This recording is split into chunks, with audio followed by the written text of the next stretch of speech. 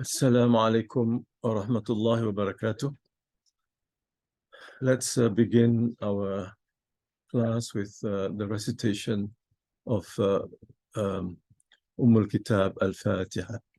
أعوذ بالله من الشيطان الرجيم. بسم الله الرحمن الرحيم. الحمد لله رب العالمين الرحمن الرحيم مالك يوم الدين إياك نعبد وإياك نستعين اهدنا الصراط المستقيم صراط الذين أنعمت عليهم غير المغضوب عليهم ولا الضالين آمين. الحمد لله نحمده ونستعينه ونستغفره ونعوذ بالله من شرور أنفسنا ومن سيئات أعمالنا من يهده الله فلا مضل له ومن يضلل فلا هادي له والصلاة والسلام على أشرف الأنبياء والمرسلين سيدنا محمد وعلى آله وصحبه أجمعين. سبحانك لا علم لنا إلا ما علمتنا إنك أنت العليم الحكيم ولا حول ولا قوة إلا بالله العلي العظيم. Alhamdulillah, I thank Allah subhanahu wa ta'ala, for it is only by His grace and by His mercy and compassion that I'm able to be here this morning to continue our class on Tafsir fi Zilal al-Qur'an. I must thank all of you who are able to be here this morning to benefit from the tafsir of Al-Shaheed Sayyid Qutb.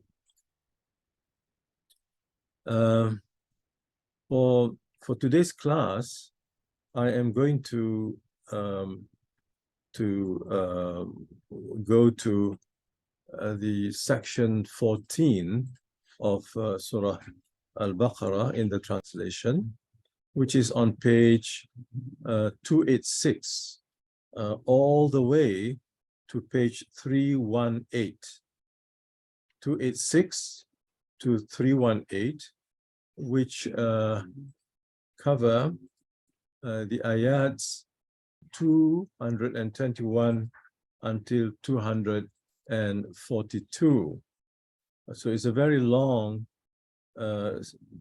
series of ayats dealing with a very important subject that we need to understand and learn from what Al-Shaheed Sayyid Qutb has to offer. So section 14 has this subtitle, The Family. The Family. In Arabic, Al-Usra, the foundation of human society. So this is a very, very important subject to be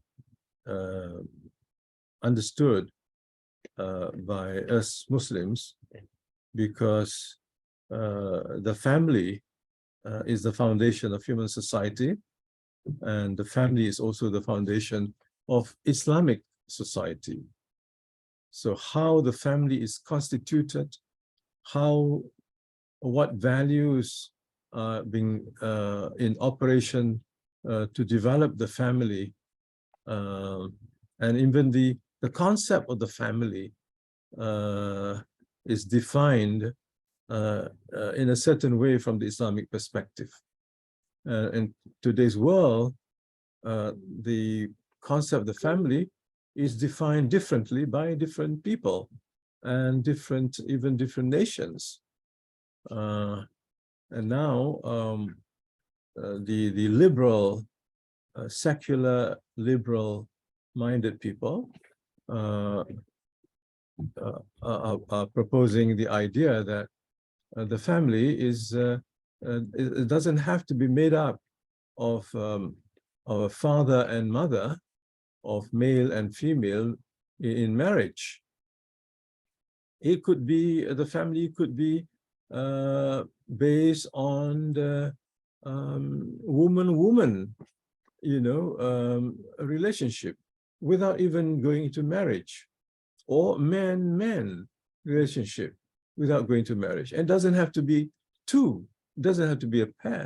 It could be, you know, a group living together, consider themselves family.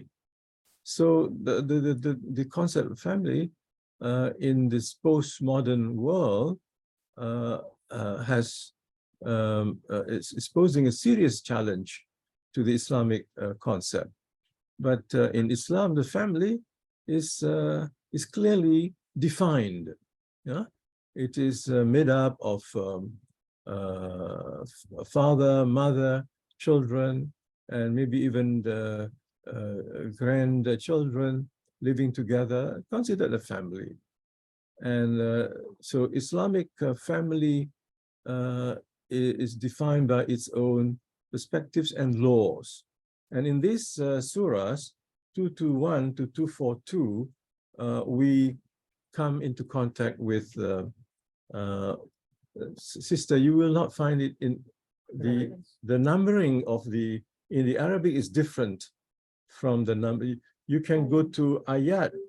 Ayat is okay, but not page. Huh? Ayat 221 to 242. So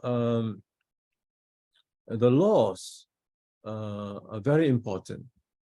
And in Islamic fiqh, Islamic personal law is a very important part of fiqh, of Sharia fiqh. Okay, so I hope you will bear with me because the verses are long. So, but I'll read it once with the translation, and then we can look at what Sayyid Qutb has to offer in his tafsir. أعوذ بالله من الشيطان الرجيم.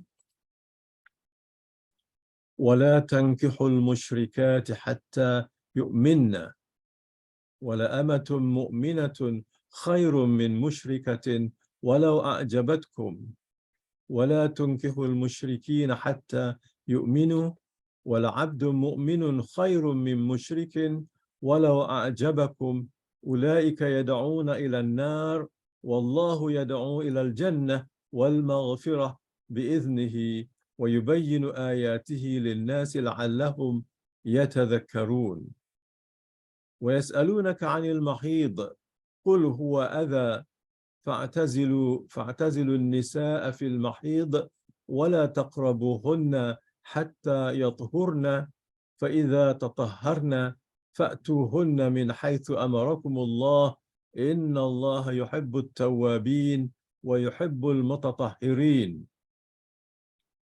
نساؤكم حرث لكم فأتوا حرثكم أن شئتم وقدموا لأنفسكم واتقوا الله واعلموا أنكم ملاقوه وبشر المؤمنين ولا تجعلوا الله عرضة لأيمانكم أن تبروا وتتقوا وتصلحوا بين الناس والله سميع عليم لا يؤاخذكم الله باللغو في أيمانكم ولكن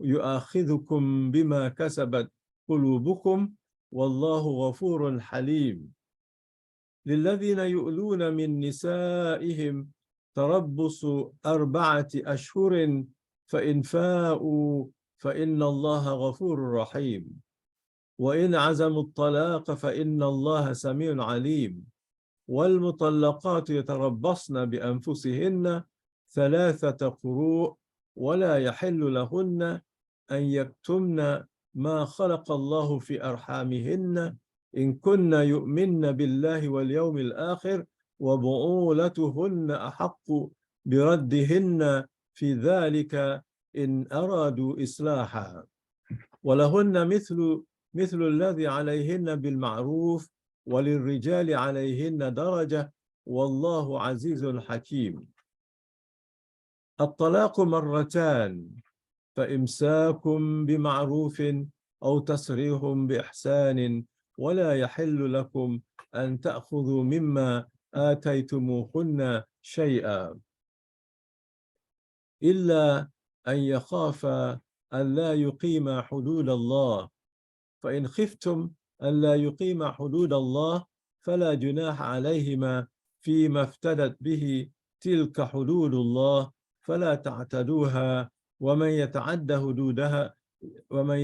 حدود الله فأولئك هم الظالمون.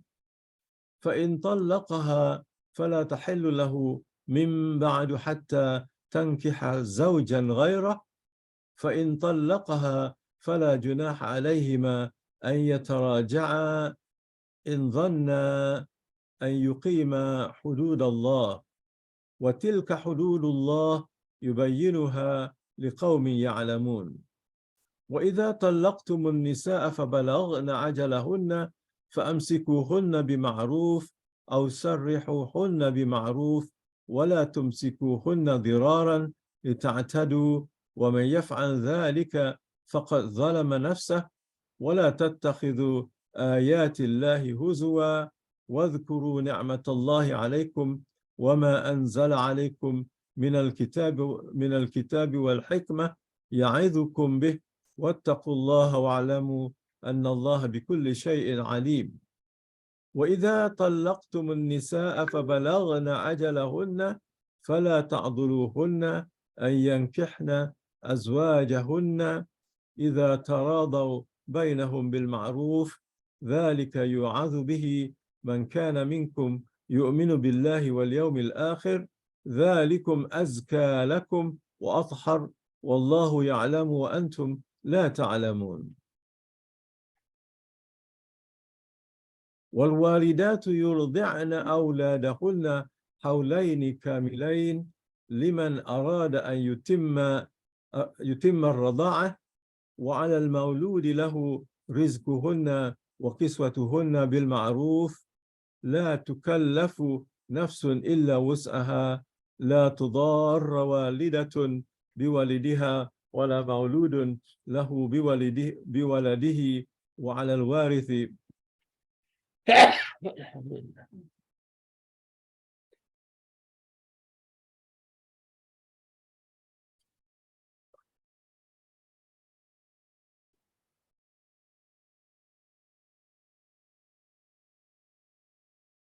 لا تكلف نفس إلا وسعها، لا تضار والدة بولدها ولا مولود له بولده، وعلى الوارث مثل ذلك، فإن أراد فصالا عن تراض منهما وتشاور فلا جناح عليهما. وإن أردتم أن تسترضعوا أولادكم فلا جناح عليكم إذا سلمتم ما آتيتم بالمعروف، واتقوا الله واعلموا أن الله بما تعملون بصير. والذين يتوفون منكم ويذرون أزواجا يتربصن بأنفسهن 4 أشهر وعشرا، فإذا بلغن أجلهن فلا جناح عليكم فيما فعلن في أنفسهم بالمعروف، والله بما تعملون خبير. ولا جناح عليكم فيما أردتم به من خطبة النساء أو أكننتم في أنفسكم، علم الله أنكم ستذكرونهن ولكن لا تواعدوهن سرا إلا أن تقولوا قولا معروفا، ولا تعزموا عقدة النكاح حتى يبلغ الكتاب أجله، واعلموا أن الله يعلم ما في أنفسكم فاحذروه، واعلموا أن الله غفور حليم.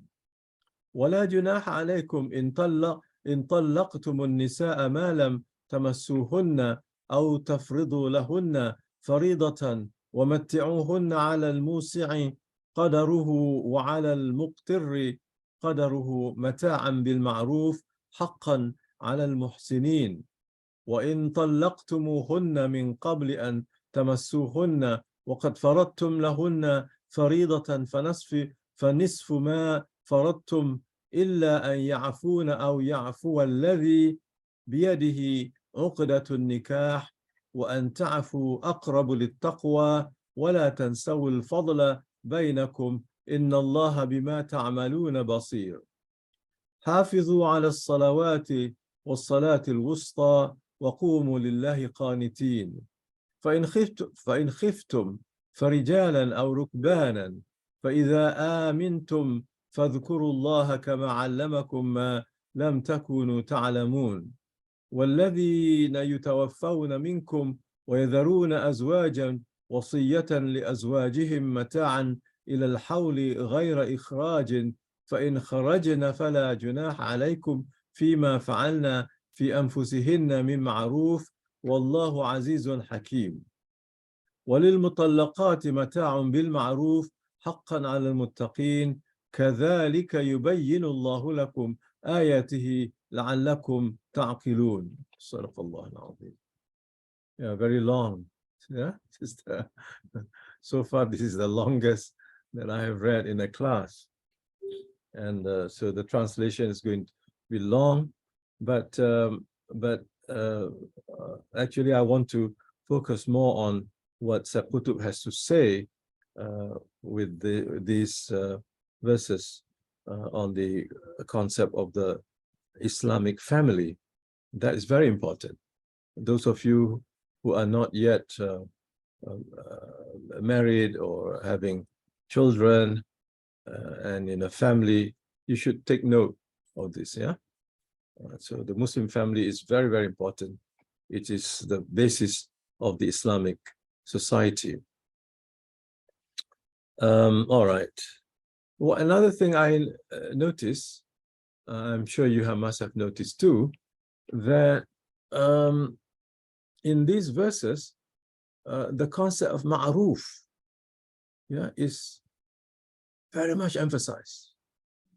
Yeah, marry them with ma'ruf or divorce them with ma'ruf. Yeah, everything done bil ma'ruf. Even the word qawlan ma'rufa, talk nicely. Yeah, so Allah wants. So the Muslim family is based on love, you know, and kindness, mawaddah wa rahmah. Yeah.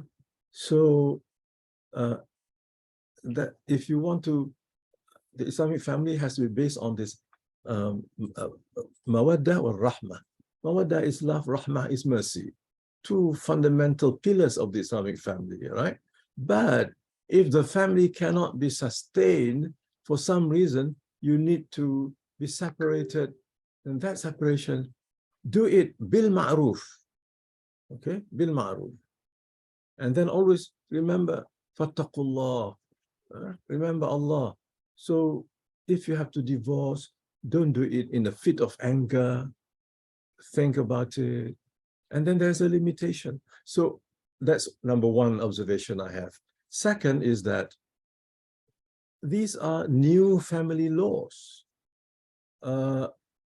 These are Islamic family laws, as opposed to the Jahiliyyah Fawda, the Jahiliyyah system. Jahiliyyah system, man is the king. Yeah, he can do whatever he likes.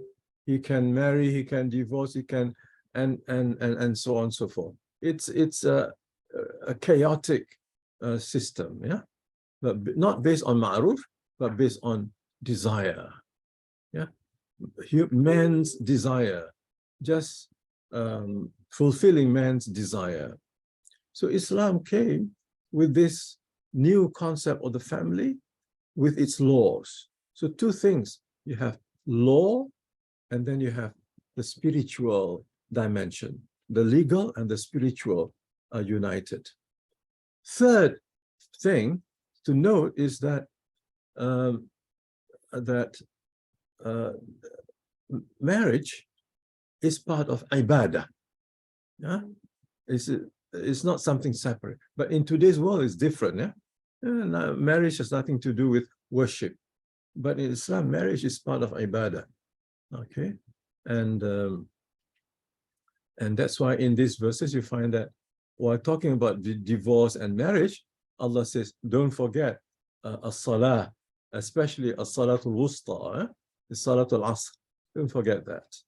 So that's just to show that marriage has to be seen as part and parcel of the larger system of ibadah. Okay, that's my brief summary of what I can take from here. Now, I go to the translation. This is the translation by this translator of ẓILާL AL-QUR'AN.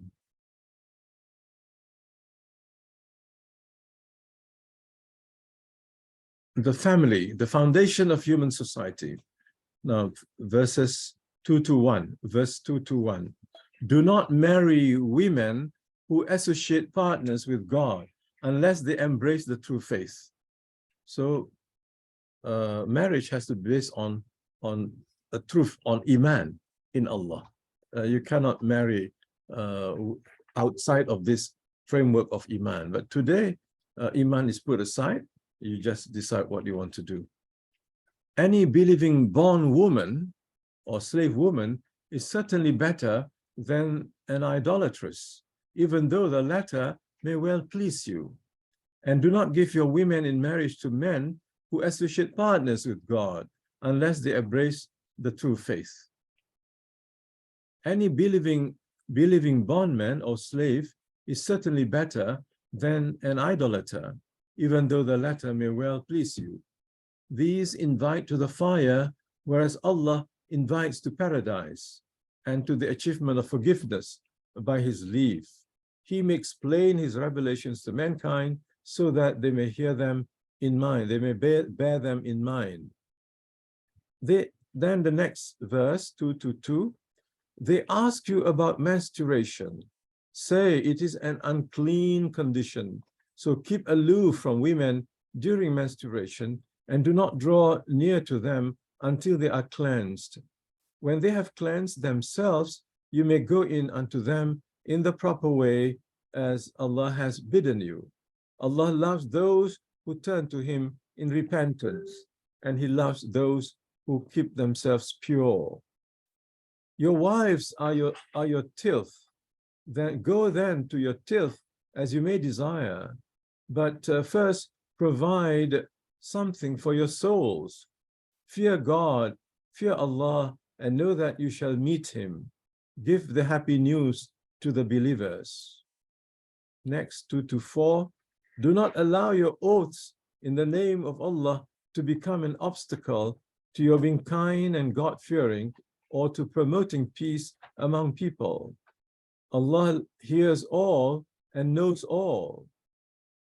Verse 2 to 2, Allah shall not take you to task for oaths which you may have uttered without thought, but He will take you to task for what your hearts have conceived in earnest. Allah is much forgiving, forbearing. Those who take an oath that they will not approach their wives shall have 4 months of grace. If they go back on their oaths, Allah is much forgiving, merciful. If they are resolved on divorce, let them remember that Allah hears all and knows all. 2 to 8. Divorced women shall wait by themselves for 3 monthly courses. It is unlawful for them to conceal what Allah might have created in their wombs if they believe in Allah and the last day. During this period, the husbands are entitled to take them back if they desire reconciliation. Women shall, in all fairness, enjoy rights similar to those exercised against them, although men have an advantage over them. Allah is Almighty, wise. That is verse 2 to 8. Now we go to verse 2 to 9. Divorce may be revoked twice, whereupon a woman may either be retained in fairness, bima'ruf, fairness, kindness, or released with imsakum bima'ruf, yes, or tasrihum bi ihsan, or release with kindness. So it is unlawful for you to take back from women anything of what you have given them as dowry, unless they both, husband and wife, fear that they may not be able to keep them within the bounds set by God. If you have cause to fear that they will not be able to keep within the bounds set by God, it shall be no offense for them, for either of them, if she gives up whatever she may in order to free herself. These are the bounds set by God. Do not then transgress them. The word bounds is a translation of hudud. Yeah? So hudud is very important. Hudud are the limits set by Allah subhanahu wa ta'ala. But in Islamic law, hudud refers to that special group of laws with capital punishment. Yeah? So, but the original meaning of hudud is to put limits. Had is a limit. Hudud is a plural of that. So if in today's world, there are no limits. It's what you define. And you draw the line. You draw the boundaries. In Islam, Allah draws the boundaries. And you just have to follow. These are the bounds set by God. Do not then transgress them. Those who transgress the bounds set by Allah are wrongdoers indeed. And ayat 230, should he divorce her a third time, she shall not thereafter be lawful for him to remarry until she has wedded another husband. If the latter then divorces her, it shall be no offense for either of the two if they return to one another, if they feel that they will be able to keep within the bounds set by Allah. Such are the bounds set by Allah. He makes them plain for people who have knowledge. Again, hudud. Then 231, verse 231, when you have divorced women, and remember in Islam, the most hateful thing to Allah which is allowed is divorce. Yeah? Allah does not like divorce, but it is allowed. But it is Allah does not like it among the things which are allowable. So you have to, Muslim couples have to find ways and means to live together in peace and harmony, compromise, give and take, so on, and do not allow things to deteriorate to the point that you cannot live with one another. But there may be some cases, and during the time of the Prophet, there were cases like that, where the wife just cannot take it. You know, the husband is so terrible, and the woman had to go to the Prophet and complain, and the Prophet understood, intervened, and asked the husband to divorce. All right. So in Malaysia nowadays, I think the divorce cases have also increased. Yeah? This is unfortunate.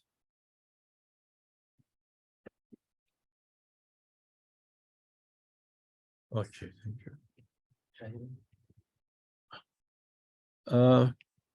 So when you have divorced women and they have reached the end of their waiting term, either retain them with fairness or let them go with fairness.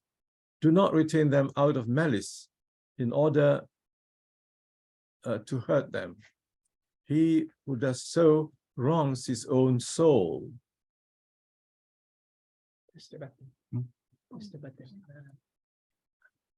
Do not take, this is verse 231, do not take Allah's revelations in a frivolous manner.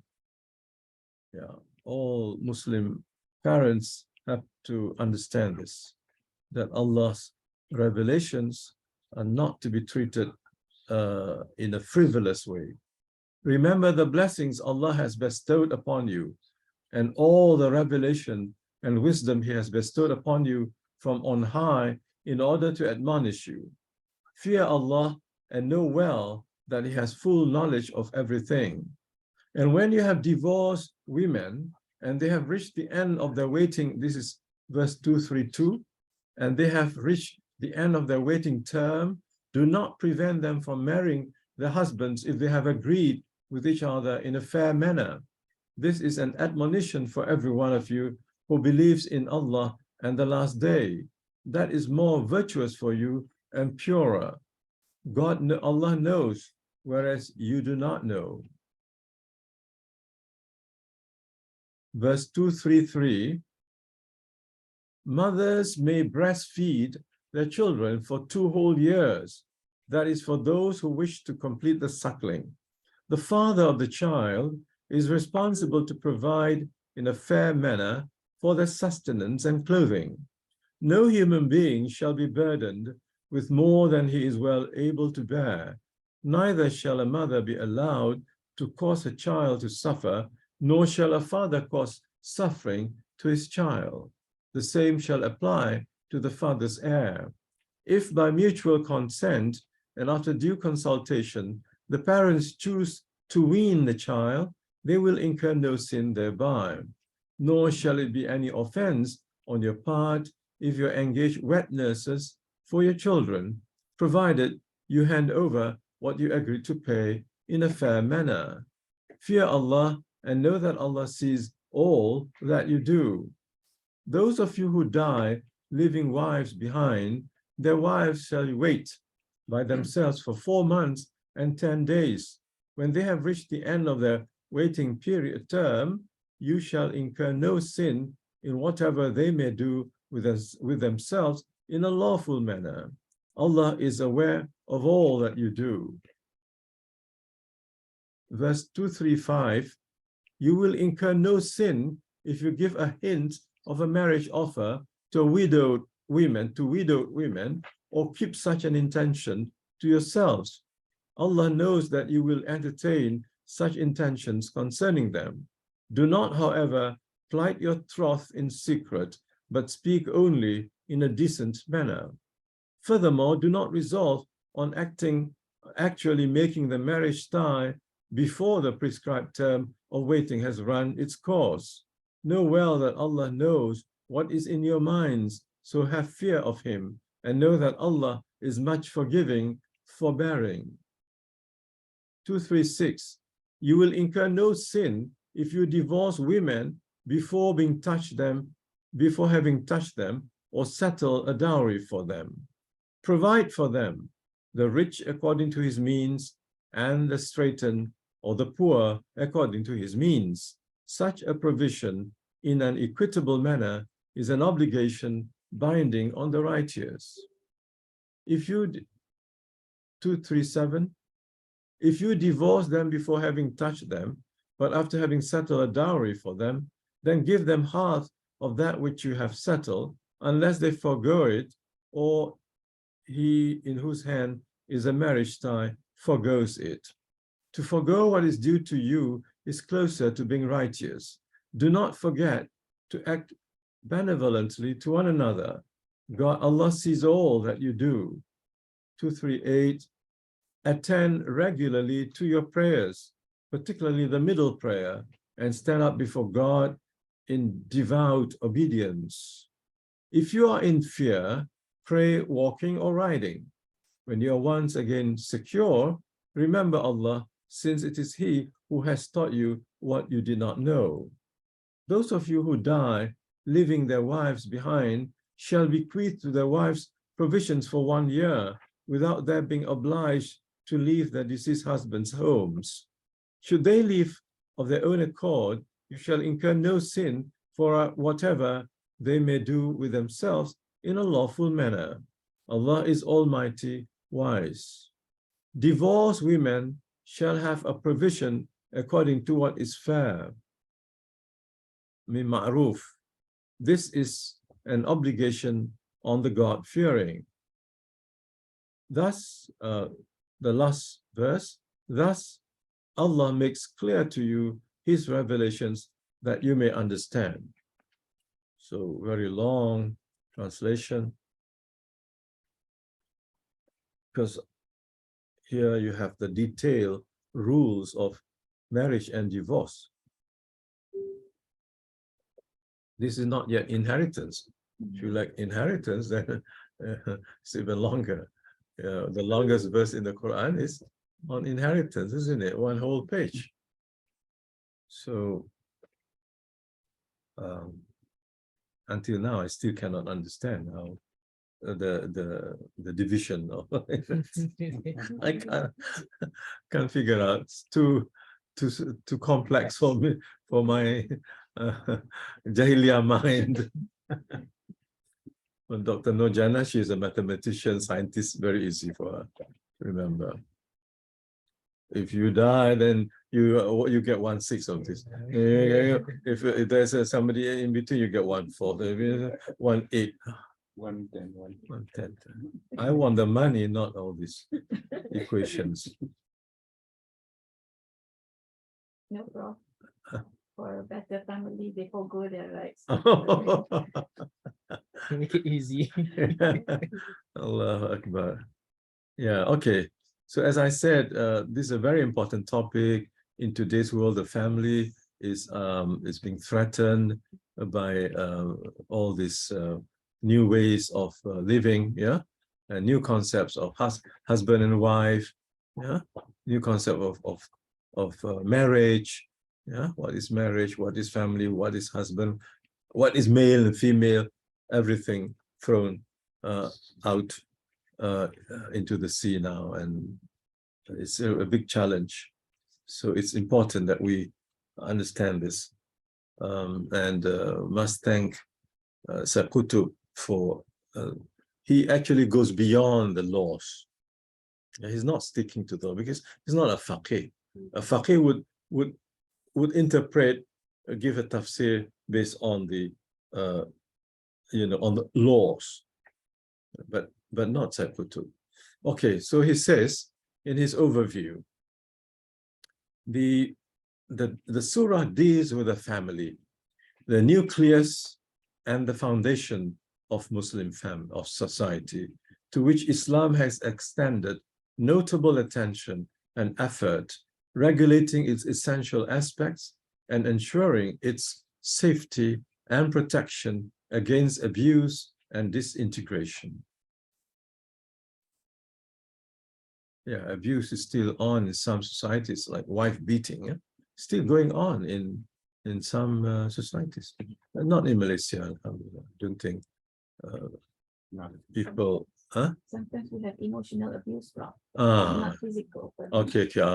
Other forms. Yeah, forms of abuse. Yes. This, yeah, right. It's also a form of zulm.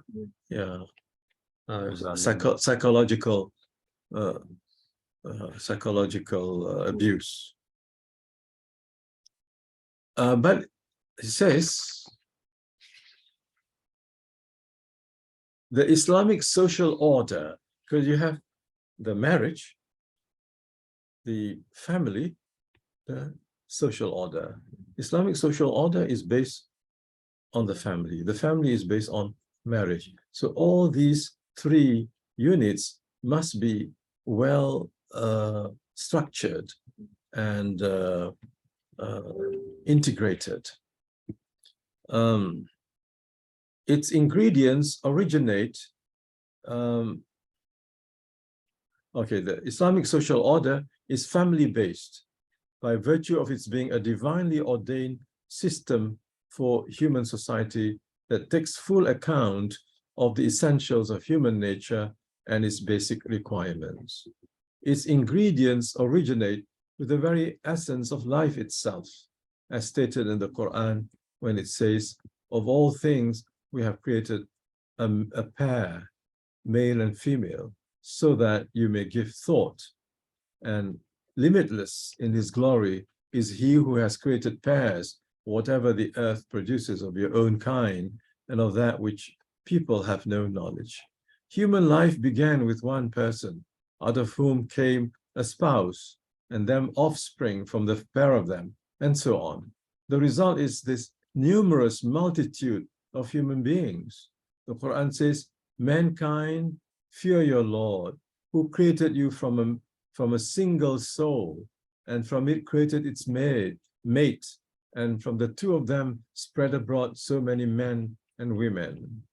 Mankind, we have created you all out of a male and a female, and have made you into nations and tribes so that you might come to know one another.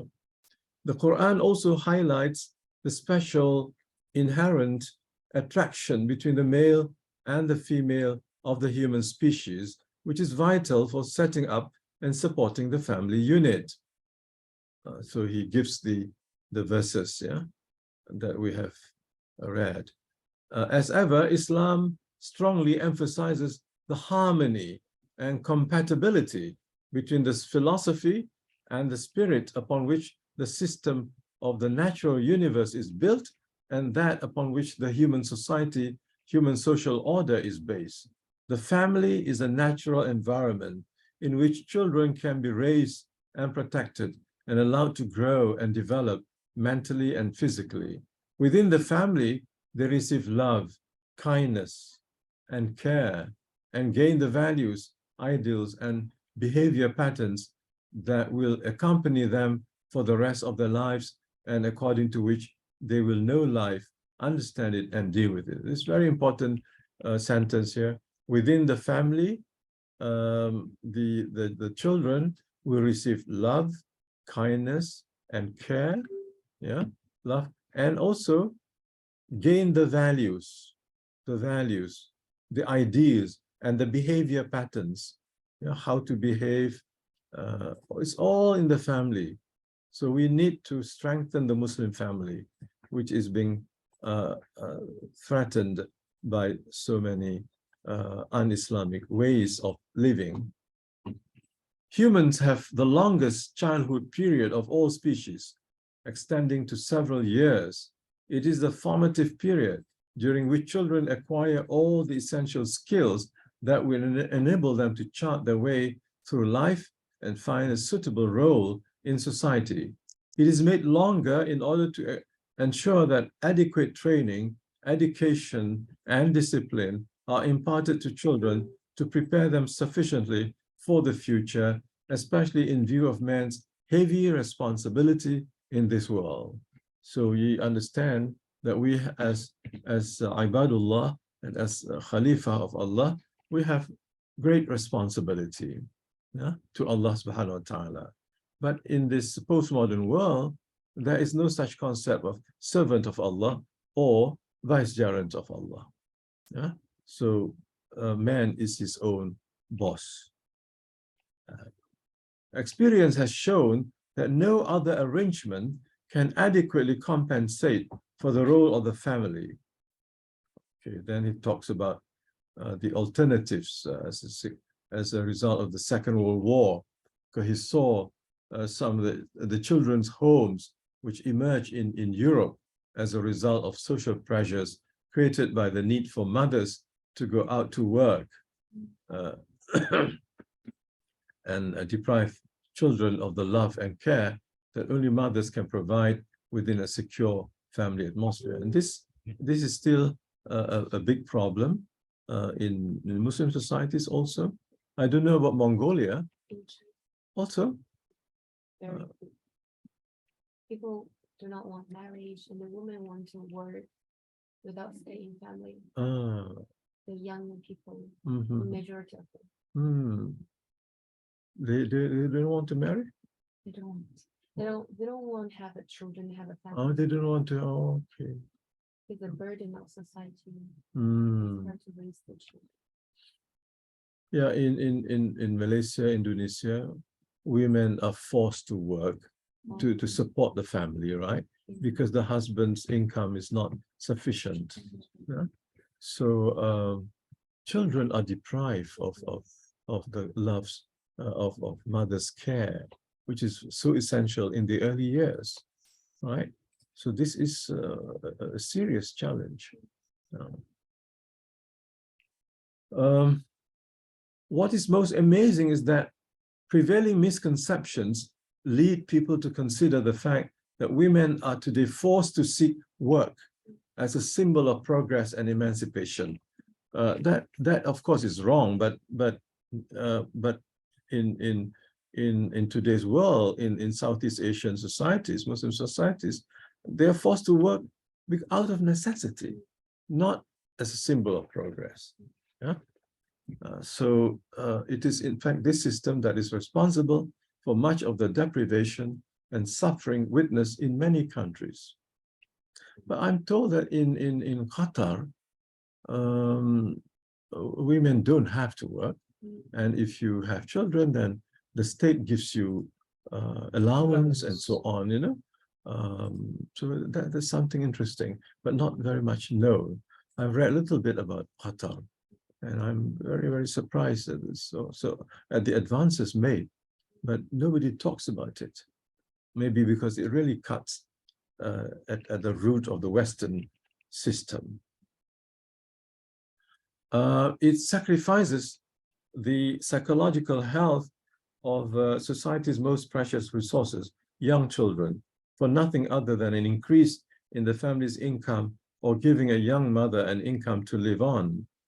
It is modern ignorance that, modern ignorance is modern jahiliyah, yeah? That refuses to look after young mothers to allow them to rear their children. Ideally, it should be that way in an Islamic ideal society, that women should be really, allowed to work at home with the family, with the wife, with the children, and so on, and not really become slaves to the corporation or the private sector. In the West, Prof, it's mostly like that. In the West? In the West. Yeah. For example, my experience in Canada, homestaying mothers, they are given allowance to take care of the children. And in Sweden, if I'm not mistaken, they are encouraged to stay at home. And the mothers who are staying at home are given support, not just in terms of monetary, but when they came home from the hospital, a big crib full with the necessities to take care of the child is given. So in the West, it's not strange to have mothers staying at home. Unfortunately, in Malaysia today, it's strange to hear mothers staying at home. Yeah. And the effect is that our youth today.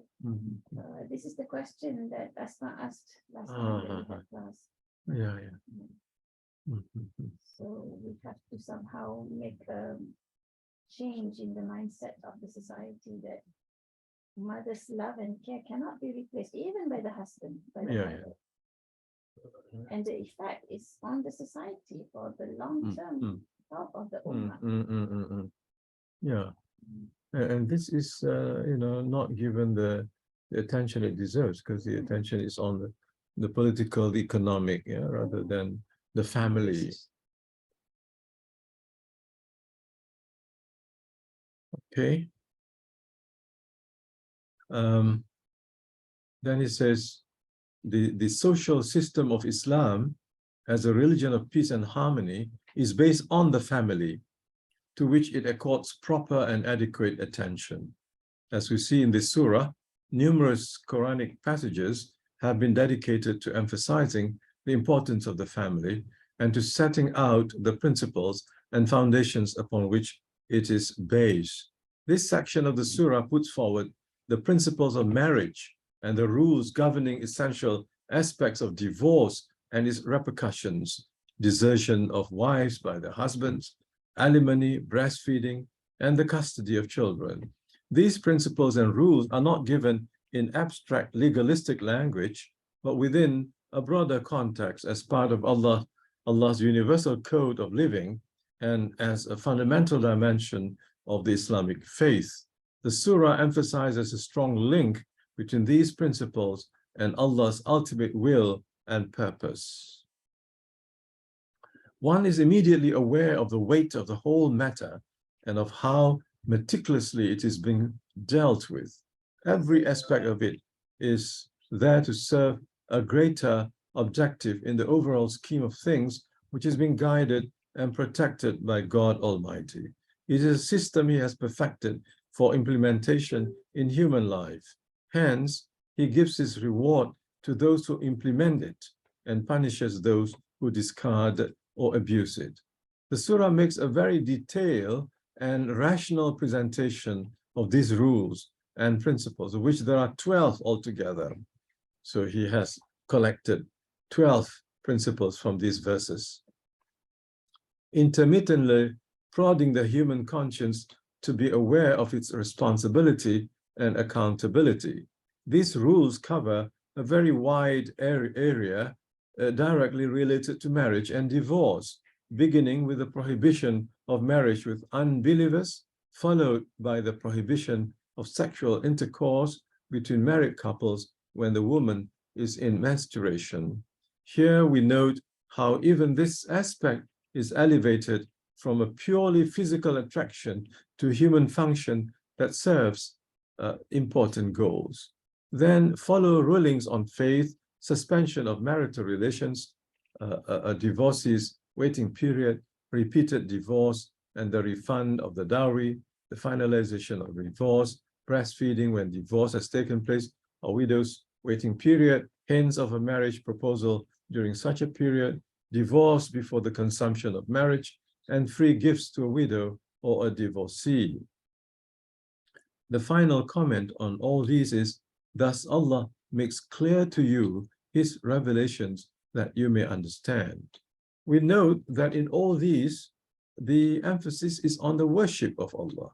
Thus, the Quran relates man's behavior in all these situations to worship, which is, from the Islamic point of view, not confined to prayers and rituals. Thus, to further relate prayer to aspects of worship in practical life situations, the surah mentions, along with these rulings regulating marriage and divorce, a couple of rulings on prayer in times of fear and security.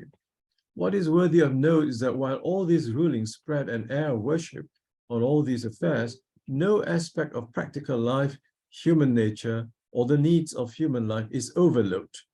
Islam enacts its laws for a community of human beings who are neither angels nor flying aliens, as it elevates people to the pure atmosphere of worship through its rulings and directives. It does not ignore the human nature, prejudices, preferences, weaknesses, feelings, reactions, and moments of clear thinking and pure feeling.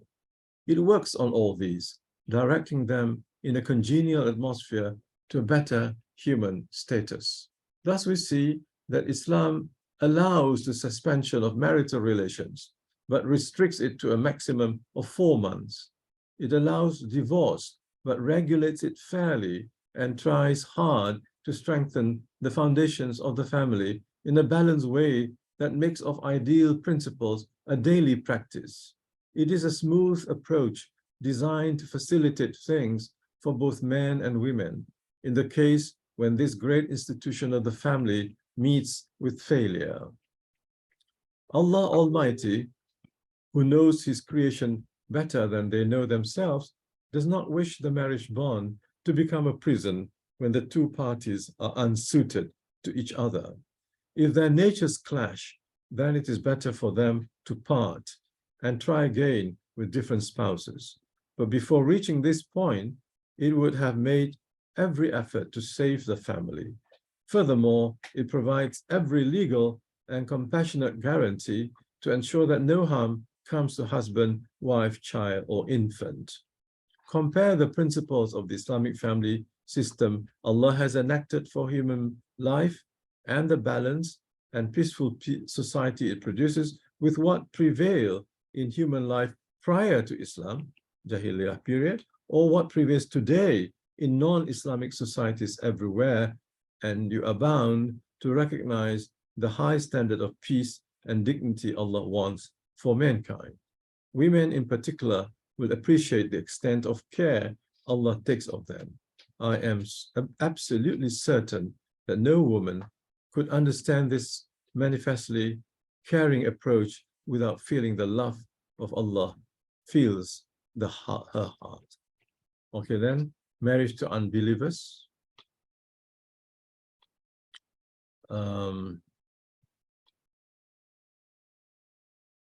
Marriage to unbelievers, there is this issue of Muslim woman, yeah, can Muslim men can marry a kitabiyah, yeah?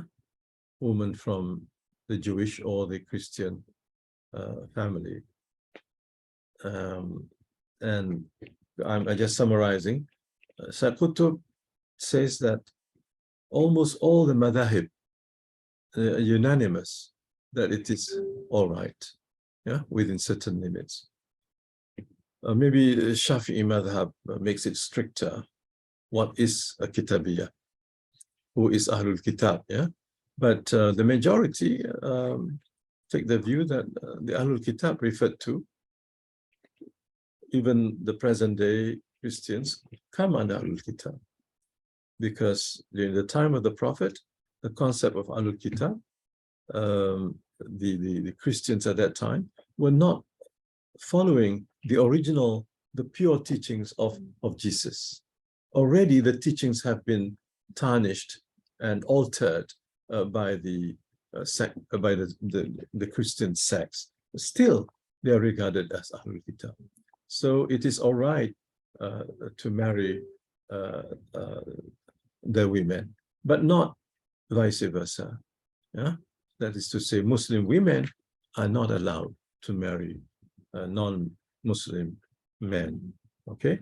Sayyid Qutb disagrees. You know, he says, I disagree. Yeah. So he takes that, he's of the view that when a Muslim woman, when a Muslim man marries the kitabiyah, the kitabiyah wife does not have to change her religion, right? And that, to Sayyid Qutb, the religion of the mother is very important. So the children are bound to be affected by this. So he does not agree with this. Okay, so I want you to understand that. In Malaysia, the Shafi'i madhab also doesn't seem to agree. Yeah, but I think the Maliki, the Hanafi, I don't know about the Hanbali,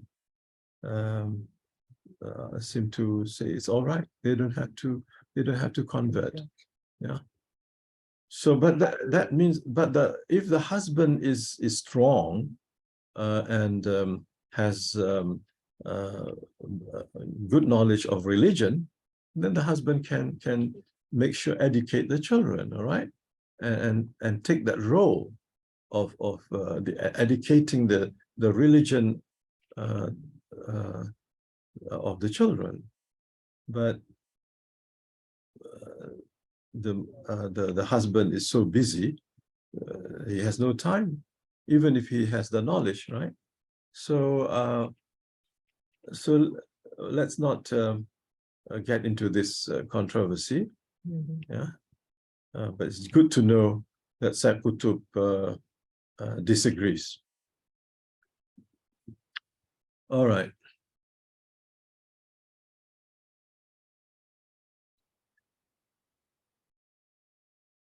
But he agrees that the non-Muslims, the Christians of today are Ahlul Kitab. That one he has no problem.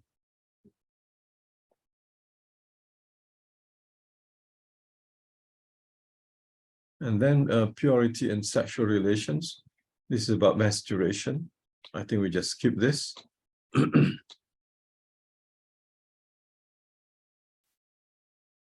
And then oaths and atonements.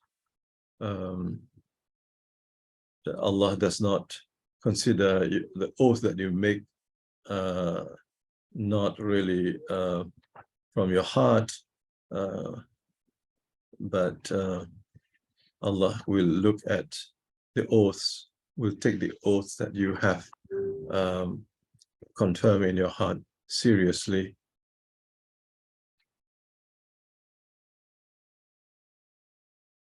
And then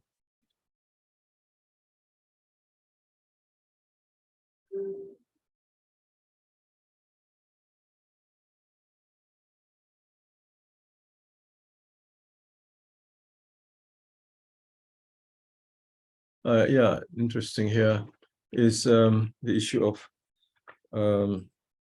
wives being mistreated by husband, or not given her rights by the husband, or let's read this part.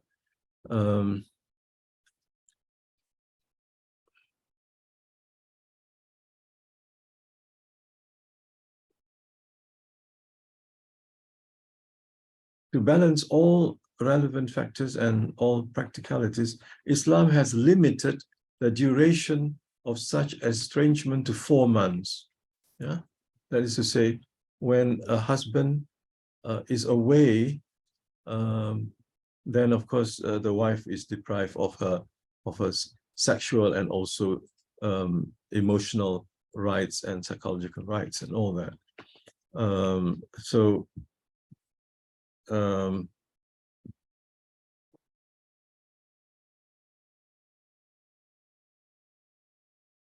This period of 4 months, this period seems to be the maximum an average normal woman can go before feeling the need for a man's comfort.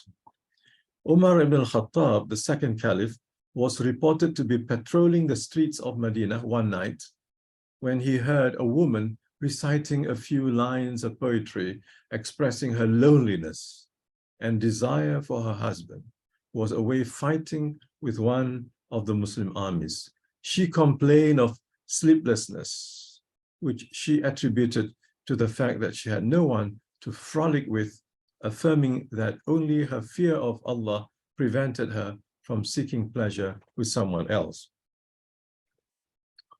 Well, this may be the case in his time, but today, maybe some wives will feel very happy to be, left behind for some time, rather than being under his dictatorship.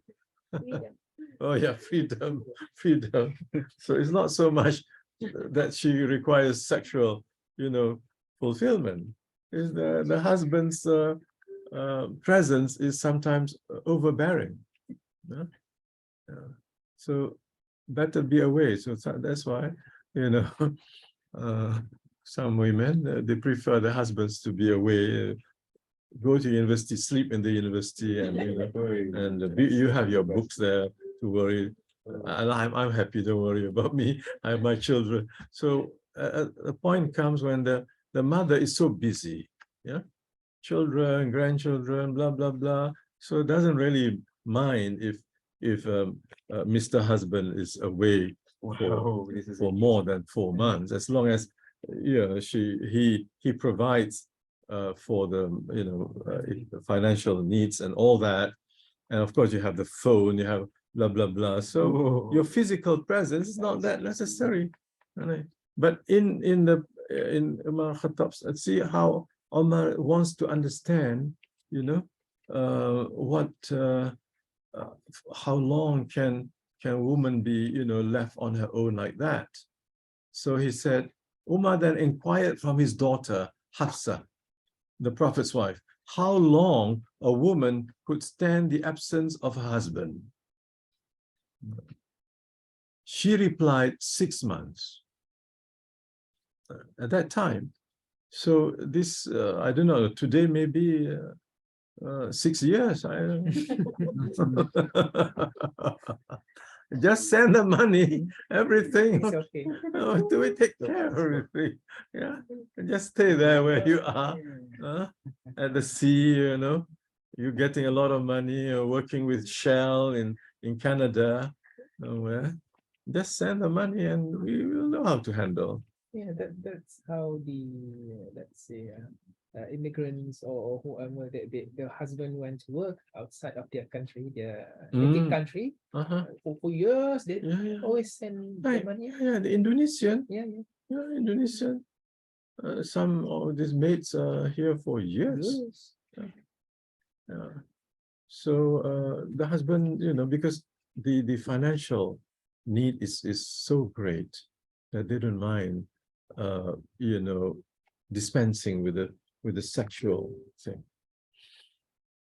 So then or she said 4 months, according to some reports. Omar then declared that he would never let soldiers stay away from their wives for more than that period. Huh? This is page 302.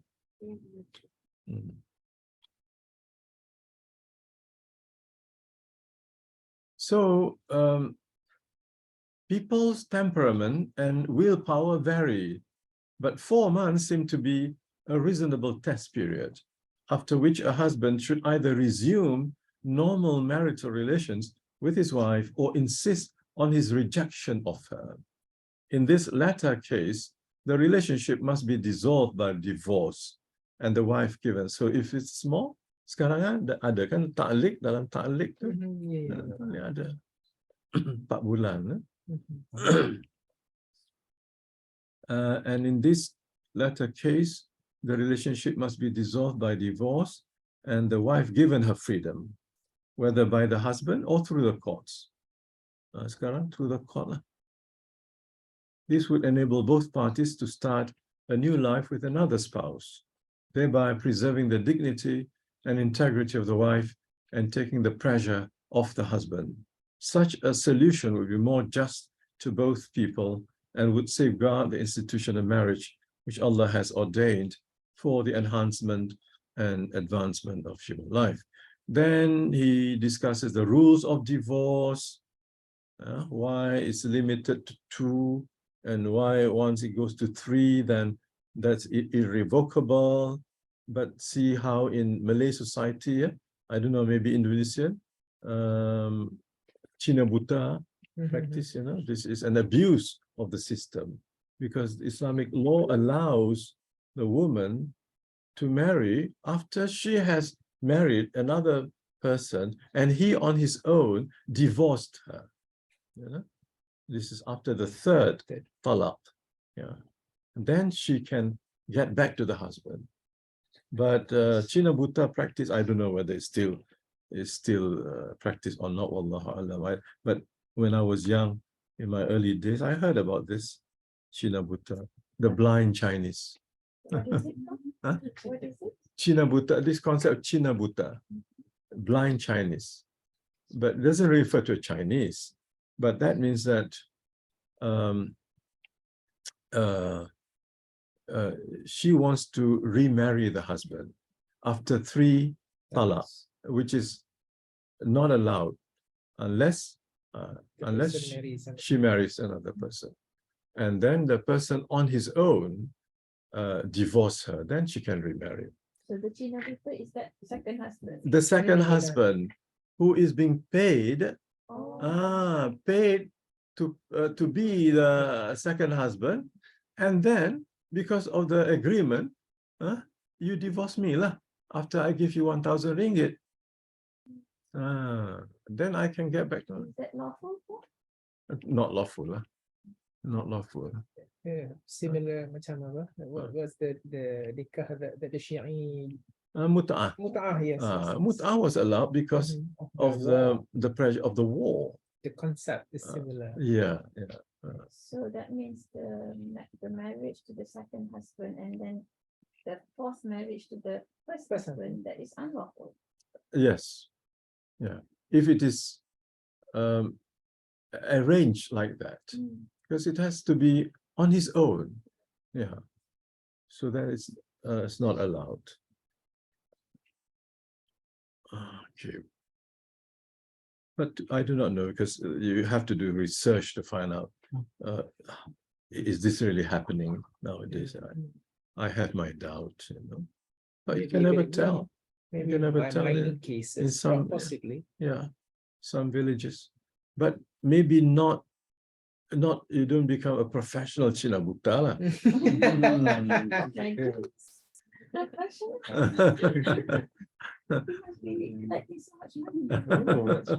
Can use. Okay. By the way, excuse me. Do we have a talak 3/2 or something that is not integer, like 1/2, or talak 0.3 is talak 0.5, which means that is a partial talak. Partial talak 2.2, 2.5. Okay. So all right. or Um, is invalid, right? invalid lah. Invalid. Invalid. And then fair and balanced divorce systems. Yeah. So that is on page page 304. Couples are allowed to divorce and revoke the divorce twice before the condition stated in the next. Under this provision, remarriage with a 3 times divorced wife cannot take place except in the case when she legally marries another husband who may subsequently and in normal course of events divorce her. Should this take place normally without it being pre-arranged, the woman and her first husband may be remarried if they believe that by now they're able to make the marriage successful. The background to this ruling is that in pre-Islamic Arabia, no limitation was set on the number of times divorce could take place. Women would marry, divorce, and remarry the same woman virtually at will. When a man from Medina had fallen out with his wife and grew to dislike her intensely, he vowed that he would neither keep her nor let her go. He would divorce her and then take her back just before her waiting period had elapsed. The woman complained to the Prophet Muhammad, to whom this verse was then revealed. Okay. All right, now.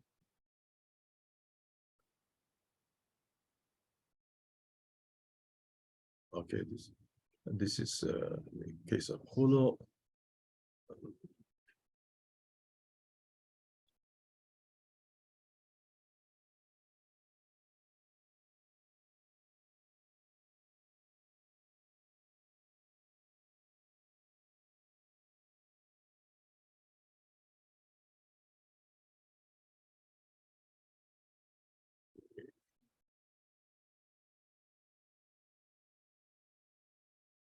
Can I ask a question? Yeah. We are talking about divorce here. There have been many cases whereby women who have been divorced and having her children with her, and the court has decreed that the husband should pay what is it called? Alimony. Yeah, to the meaning monthly, Okay. not allowances, but monthly stipends for the family, for the woman as for the children actually. But then this is not observed. And when it is brought to the court, nothing actually happened to the husband, and this is quite rampant. So in what way should this be rectified? This is a matter of the Sharia court and the administration of divorce. You just need to tighten the law and increase the problem is Sharia court cannot impose punishment beyond a certain thing because it's limited. Yeah? So it is not a deterrent at all. Yeah, and there's no surveillance. So you don't have a policeman going, you don't put him in the jail. So because all these things ta'zir, but even in ta'zir, the limit money-wise or imprisonment or whipping, very, very limited. So the man can still get away if he wants to, but not often, yes. Yeah. So this has to do with first the limitations imposed on the Sharia system. We still cannot get out of this imposition. The Sharia should be allowed to operate on its own and not controlled by. So still now, that's why the attempt to bring about this change to the parliament did not work. And because the Sharia administration is not ready yet. So that's why women feels that they are being actually mistreated by the Sharia courts. And I don't blame them, because some of the men do not have that compassionate attitude to women. And what is sadder, makes it worse, is that sisters in Islam is picking up on this and then fighting for the women. But then, we know sisters in Islam, so that brings some fitna in terms of the mindset of these women, and how sisters in Islam is fighting for them, but yet, of course, the ticket of sisters in Islam is, we know how they operate, right? So this is a Sister Nurul Huda, do you know what is meant by sisters in Islam? No, you tell briefly. Well, Sisters in Islam is an NGO trying to protect the rights of women, but then they are actually feminists, so-called Muslim feminists, Islamic feminists, if there's any such thing.